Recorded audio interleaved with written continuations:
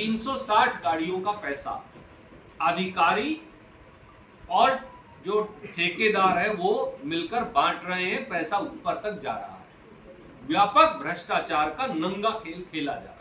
कि श्रीमान नायब सैनी जी हेलीकॉप्टर से नीचे उतरे और हेलीकॉप्टर से नीचे उतरकर किसी मंडी में जाएं।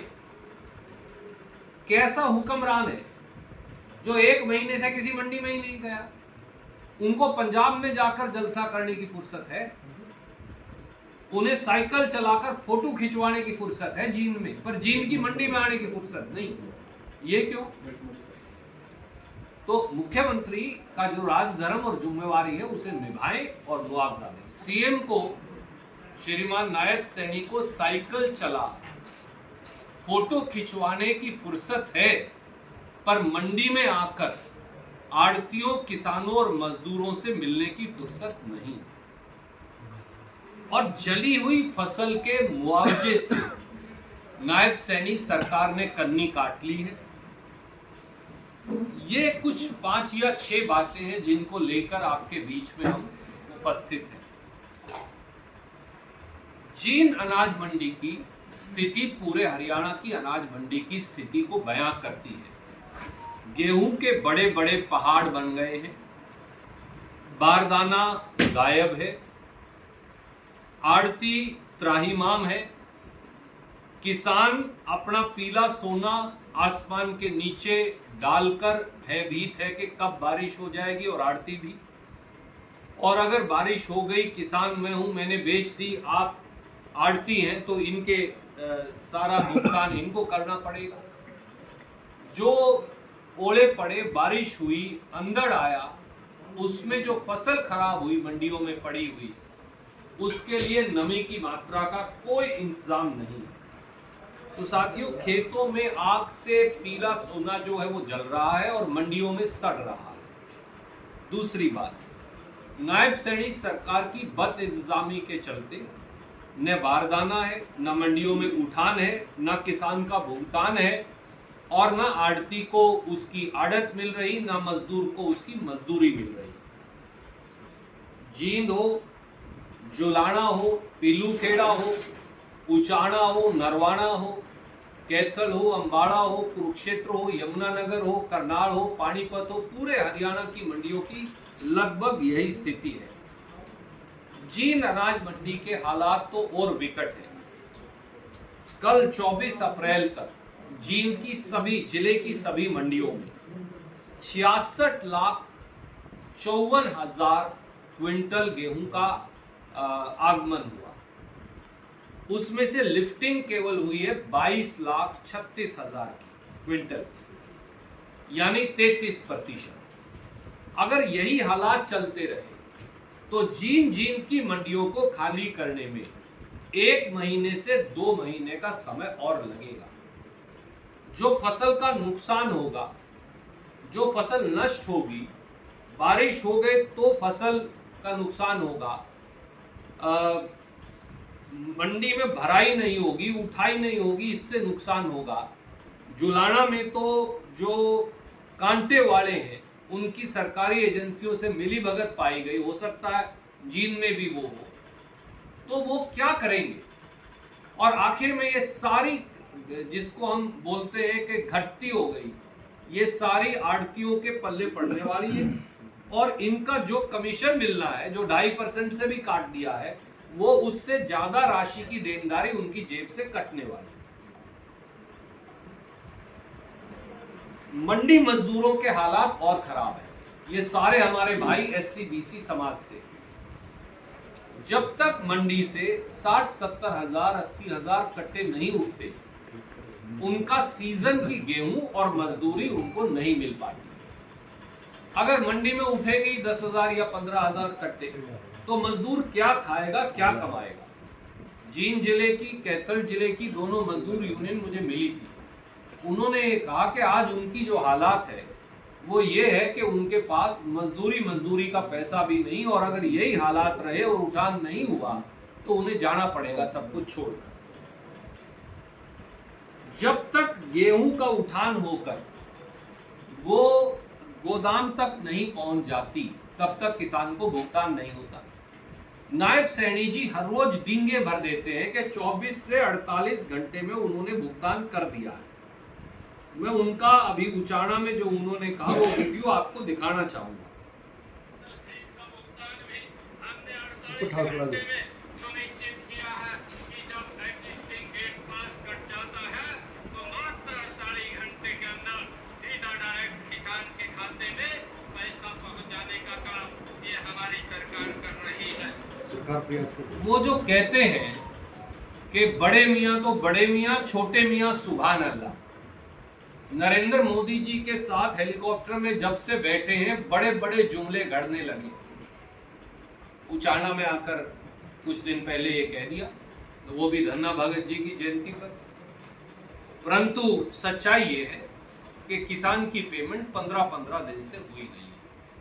और अगर ये सारी गेहूं का उठान जो अभी अपन चलेंगे बाहर ढेरियां पड़ी है नहीं हुआ, तो फिर किसान की पेमेंट 1 और 1.5 महीने तक भी होने वाली नहीं।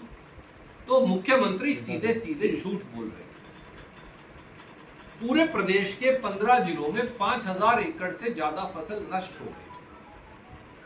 पहले तो नायब सैनी जी ने कह दिया हम सर्वे करवाएंगे। हेलीकॉप्टर से चंडीगढ़ से वो उचाणा आ गए, उन्हें गुला चीका या पेवा में उतरने की फुर्सत नहीं मिली। किसान की फसल जली, किसान की तूड़ी के कूप जले, किसान के मवेशी जलकर मर गए, किसान के मकान जले। अब ये कह दिया कि ये तो प्रधानमंत्री फसल बीमा योजना में कवर नहीं है, इसलिए मुआवजा नहीं देंगे। इसलिए हमारी भाजपा सरकार से, नायब सैनी जी से 9 मांग है। पहली मांग, भाजपा सरकार सभी मंडियों में बारदाने की भराई के लिए कट्टों का फौरन इंतजाम करे अगले 24 घंटे में, और ये सुनिश्चित करे कि आसमान में, खुले आसमान के नीचे जो मंडियों में फसल पड़ी है वो फौरन कट्टों में भराई हो। शुरुआत तो वहीं करनी पड़ेगी। दूसरा, गेहूं का उठान न कर रहे प्रशासनिक अधिकारियों, सरकारी एजेंसियों और ठेकेदारों, उनके खिलाफ कड़ी कार्रवाई हो। उनके टेंडर भी कैंसिल हो, उन पे पेनल्टी भी लगाई जाए। क्योंकि हो ये रहा है कि टेंडर भर दिया 400 गाड़ियों का, गाड़ी लगा रखी है 50, गाड़ियां है ही नहीं उनके पास। बाकी की 360 गाड़ियों का पैसा अधिकारी और जो ठेकेदार है वो मिलकर बांट रहे हैं, पैसा ऊपर तक जा रहा है। व्यापक भ्रष्टाचार का नंगा खेल खेला जा रहा है। इसलिए सरकार फौरन आड़तियों को और किसानों को यह अधिकार दे, इसका हल भी बताना पड़ेगा मुझे, यह अधिकार दे कि मोटर व्हीकल्स एक्ट में सारे ट्रैक्टर ट्रॉलियों को 15 दिन के लिए लाइसेंस दे दिया जाए कि वो कमर्शियल उठान कर सकते हैं। हमारे आड़ती भाई और हमारे किसान भाई पैसा उतना ही दे, किराया फालतू नहीं चाहिए, जो सरकार का निर्धारित किराया है वही दिया जाए, तो वो सब उठान कर लेंगे। तीसरी मांग, जींद और जुलाना सहित कई मंडियों में कांटे में तोल की हेराफेरी की शिकायतें आई। जुलाना मंडी में पकड़ी गई। पूरे हरियाणा की मंडियों के कांटों की पुनर्जांच हो और जहां कहीं गड़बड़ मिले उन अफसरों के खिलाफ और कांटे वालों के खिलाफ कार्रवाई हो। चौथी मांग, मंडी मजदूरों को फौरन मजदूरी दी जाए क्योंकि ये गरीब आदमी कहां जाए। पांचवी बात, जिस किसान की फसल तुल चुकी है, जिस किसान की फसल खरीदी जा चुकी है, उसको आज भुगतान हो, उसका गोदाम में ले जाकर उठान होने तक इंतजार उसे ना करना पड़े, ताकि वो अगली फसल की तैयारी करे, जो लेन देन है उसका इंतजाम करे। छठी बात, मौसम की मार को देखते हुए 12% की जो नमी मात्रा है उसे बढ़ाकर 14 और 15% की जाए, कम से कम 2% की छूट दी जाए, तभी आड़ती और किसान जो है वो जिंदा रह पाए। सातवीं बात, मंडी के आड़तियों पर एक तलवार लटका रखी है भाजपा सरकार ने। वो तलवार है घटती की तलवार। जिस दिन ये सारी फसल चली जाएगी और ये गोदाम में लग जाएगी, जो तोल हुआ है और जो गोदाम के अंदर वजन पहुंचेगा उसके बीच का जो डिफरेंस आएगा वो आड़ती को देना है। मैं ये पूछता हूँ आपसे, नायब सैनी जी, आपके माध्यम से मैं पूछता हूँ उनसे, 1.5 महीना तो फसल आप उठान ना करो, कुछ फसल खराब हो गई, कुछ रुड़ गई, कहीं कोई डंगर खा गया, कहीं कोई अंदर में खराब होगी, कोई बारिश में खराब होगी, कई जगह जाम गई बारिश की वजह से, आड़ती उसका पैसा क्यों भरेगा? सरकार वो जिम्मेवारी ले और पूरे हरियाणा के आड़तियों पे से घटती की तलवार को हटाए। 8वीं बात, उठान की ना होने की वजह से चारों तरफ मंडियों के किसान और आड़तियों ने फसल डाल रखी है, सड़कों पे भी, जो साथ वाली गलियां उन पे भी, जहां जहां ओपन फॉड है उस पे, क्योंकि कई जगह ऐसे फसल डाली गई है।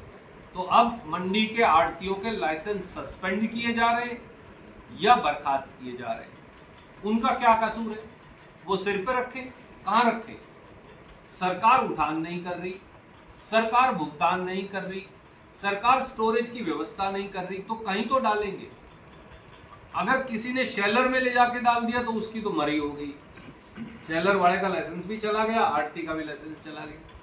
ये सारे लाइसेंस जो सस्पेंड या बर्खास्त हुए हैं हरियाणा में सैकड़ों की संख्या में है, ये बहाल किए हैं।